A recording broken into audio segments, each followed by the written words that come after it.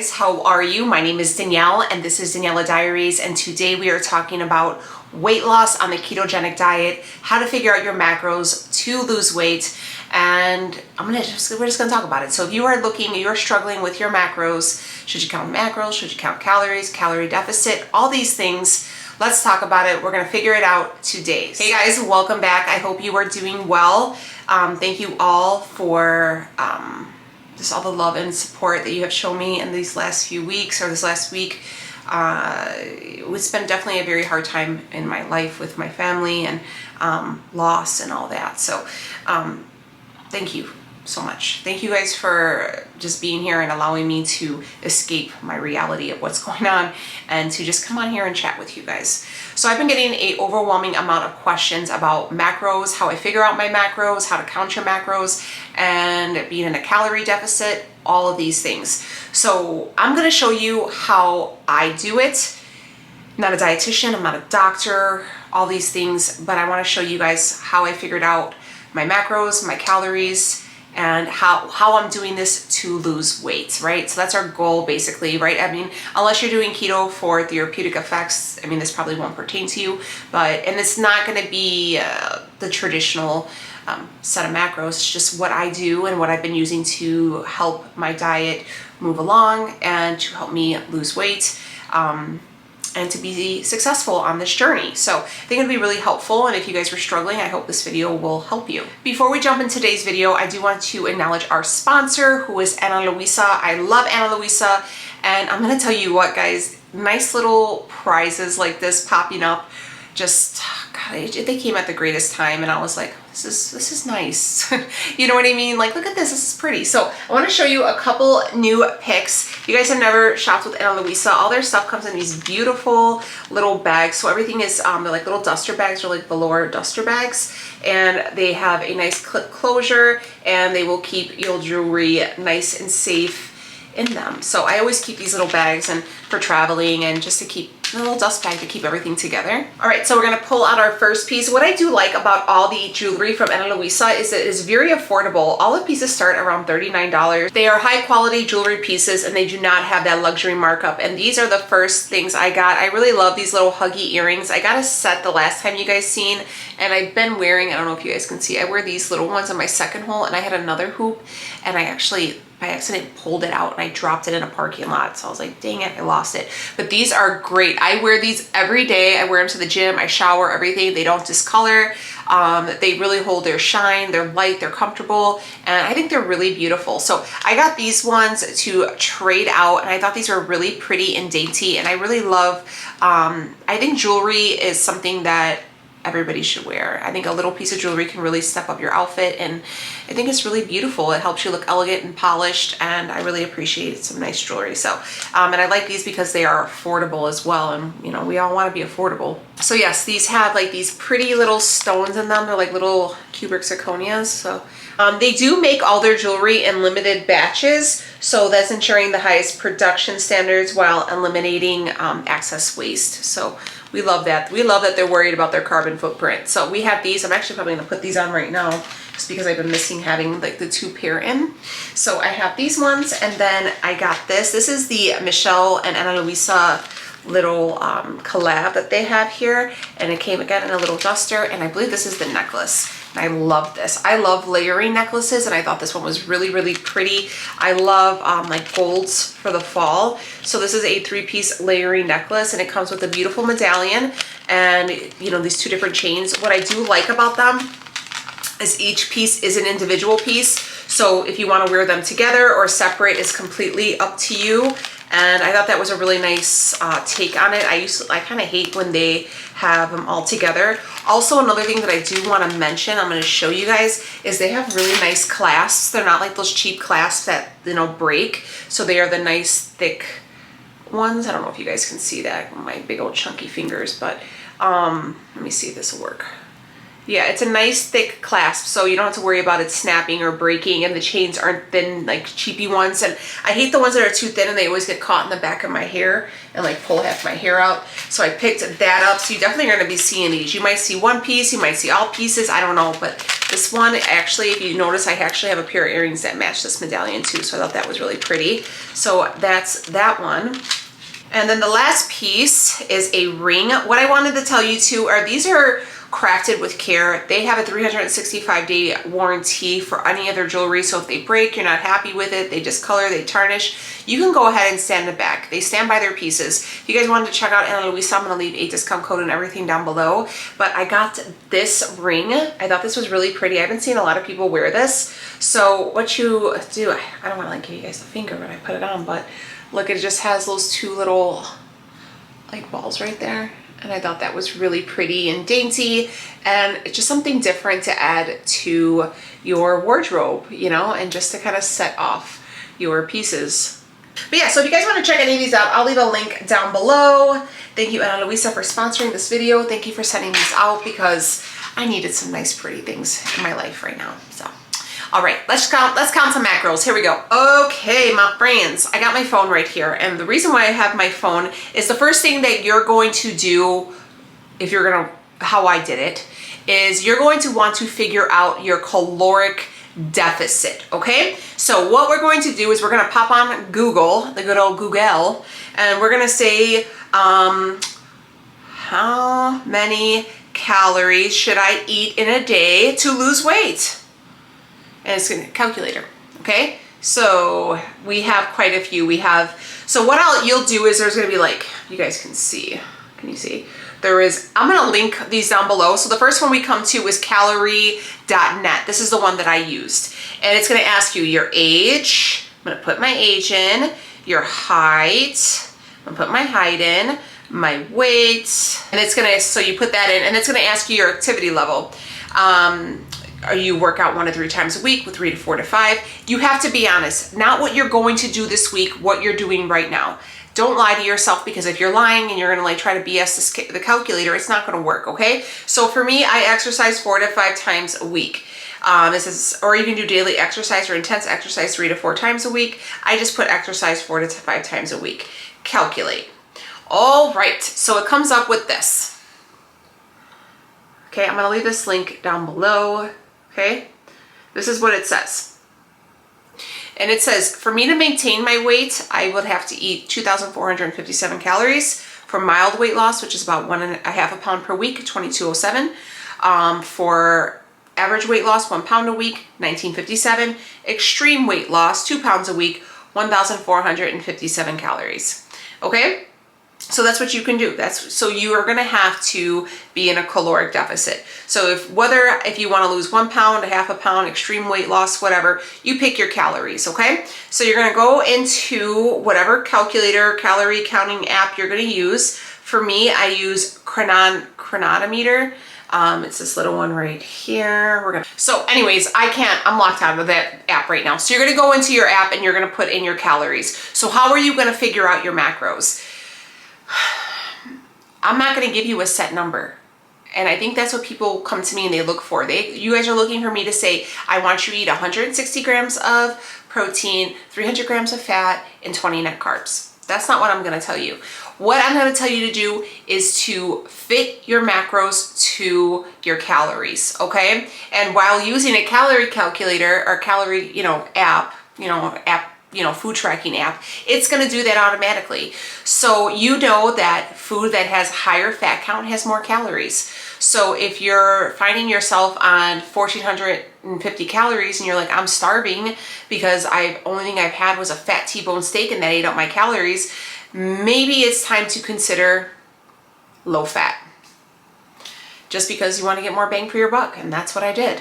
And I definitely read, and I see a lot of comments where people say high-fat keto works for people who are doing it for more of a therapeutic reason, if they're trying to, heal their gut, heal their body, whatever high-fat works.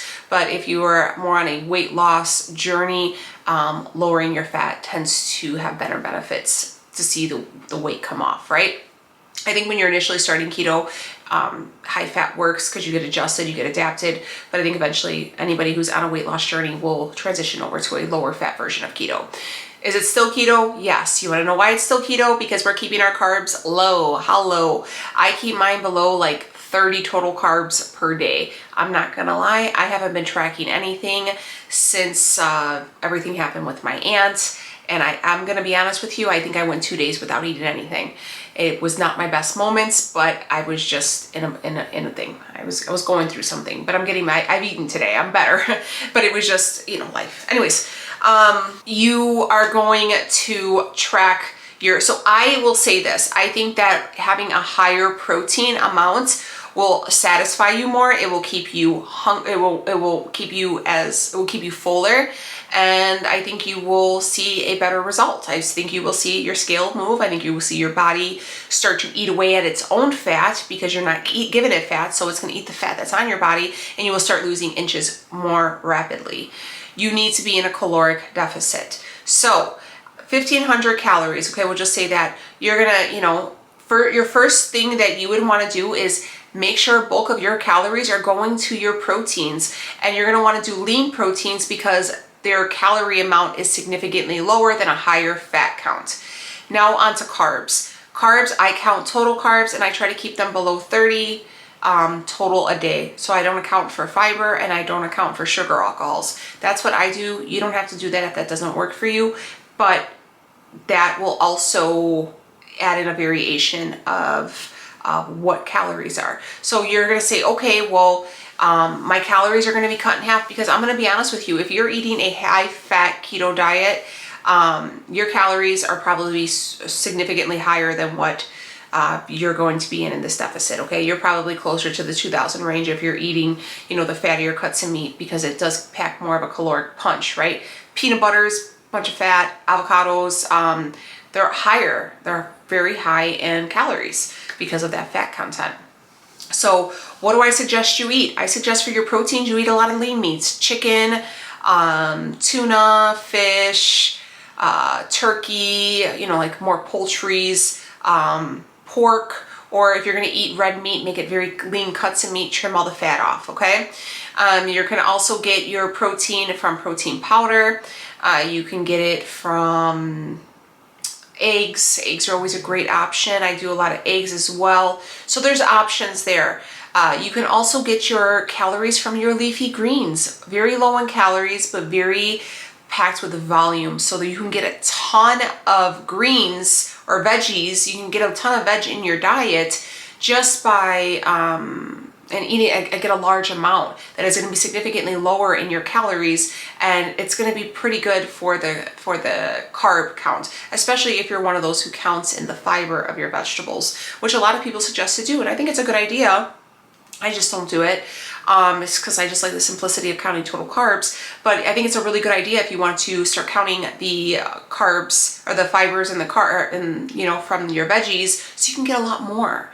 Okay, so you're not limiting yourself from, you know, broccolis and spinach and, you know, stuff like that. You really want to get all those nutrients in. Your body requires those nutrients. They're really, really good for you. You could eat a ton. You could have a big voluminous meal of greens and all this stuff and have very limited amount of carbs, high amount of fiber, and super low amount of calories. So where do I get my fats from? My fats come from eggs. I have like a big guacamole like spread thing that I got from Costco. Comes from that. Comes from some cheeses. It comes from the dairy and my creamer from my coffee, stuff like that. A lot of my carbs do come from my coffee as well. Coffee does have a good amount of carbs. So that's kind of where it is. There's really no secret to the madness of what I've done. It's literally finding out your caloric deficit and filling those numbers in with the most bang for your buck. So if you want to eat as much as you can to stay full, but to also stay low in calories, low in fats, and low in carbs. So that's why you'll see me, you know, taking roasted chicken breast lunch meat and rolling it up and dipping in a little bit of mustard and snacking on that. That's why you see me eating hard-boiled eggs. That's why, you know, because they're low in calories, they're low in fat, high in protein, and they sit heavy on the gut. I also drink a lot of water. Water for me is really important. I love like a alkaline water. I drink these all the time. I find them to be really helpful with my diet, and I find them to be, you know, it just helps. I keep myself hydrated. I also recommend that if you find yourself sitting there and you're like, dang, I'm hungry again, what is going on? Drink water. Drink yourself at least 8 ounces of water and wait at least 10 minutes before you make the decision to eat. Because most of the time your hunger pains, if you know you just ate and you still find you're like, why am I hungry? Most of the time it's dehydration, especially while on keto, because of the fact that we do keep our carbs so low, we do find ourselves to be dehydrated a majority of the time. Okay? So I hope that helped. I feel like you guys probably wanted more of a better explanation or something that'll maybe, you know, be like legendary, but it's really just that simple. And simplicity works. That's like my whole mantra from this new way of eating keto that I've adapted to, and I find myself to be very successful with, is that the more simple I keep it, the more successful I am on it. And that's just it. You don't have to buy shakes and pills and bars and all that stuff. Don't even eat that stuff. Honestly, guys, keep it super simple. Try to make as much as you can, make your own foods, eat the simple things, and fill yourself up on good quality, you know, good meats, good veg, stuff like that, okay? So we're gonna get into my weight loss right now, and I'm gonna be honest with you guys, I didn't even jump on the scale. I will show the before of how I started when I looked and how we look now. I'm gonna be honest with you guys, this week has been a whirlwind. And like I said, my eating wasn't the best. I have been making it to the gym. I did my 5 days just to like sweat out everything and just like almost to exhaust my mind, you know, and I did it. So I got up, I worked out and everything. I don't know about the scale because I didn't even jump on it. It just never really got to me. But I'm going to tell you this. I'm going to tell you what my measurements are. So when we started out our journey back in July, we're in September. We started out with a 35-inch waist, 42-inch hips, 23.5 for the right thigh, 23 for the left thigh, and 15 inches in the neck. Okay, so here she is. She's looking puffy. She's looking crabby. She's looking a little swole. And where we are today, I'm going to include today. All right, today we are looking at a waist of 30 inches. I don't even think I lost anything from the last time I did this. Where is that at? Okay, a waist of 30 inches. Hips of 34. I'm trying to see what my thing was from last month. All right, hips of 34, left thigh 19.75, right thigh 20, neck 13.5. So what did we do? We lost an inch on the hips. That was it. I will say that I am mid-cycle, so I'm a little bloated, and honestly, the not eating thing, I think, bloated me even worse and just made me kind of a swollen mess because my body's probably like, Danielle, what are you doing? We don't like this. What's going on here? And I just was struggling. But, you know, I stayed with it. I stayed on my plan, and I'm going to keep going. This week, Tuesday, Wednesday is going to be the service for my aunt, but I'm still planning on going to the gym on Tuesday. Wednesday will be my day off. So I still plan on staying focused and doing what I have to do, because to me it's really important. I might actually even go to the gym at like 5 in the morning on Wednesday, just because I'll tell you what. I'm going to tell you this. This is where, and we'll leave it. I was actually, when I was speaking to my aunt, the one that we lost, she was really proud of me. She was really proud of the dedication when I was going to see her and stuff. She'd be like, man, and my aunt was young. My aunt was only 61. And she'd be like, man, Biggs, I'm really proud of you. You know, you're looking really good and you look really healthy. Your skin looks really good. And, you know, she was really excited to, so I owe it to her to keep going. And I thought it was really great that she's seen that not only was I physically looking better, but she notices the changes in my mood and my skin. And I thought that was really monumental. And I'll tell you what, guys, anything I can take from this is health is wealth. And I really need to continue practicing moving my body, eating well, and making the best choices for me so I can be here for the long time. And yeah, that's really important. So I'm going to go ahead and wrap up this video. Thank you guys so much for tuning in. Thank you guys. I will see you on the next one. And if you guys are new here, please subscribe. I'm usually not this emotional. It's just things, you know, life is wild like that.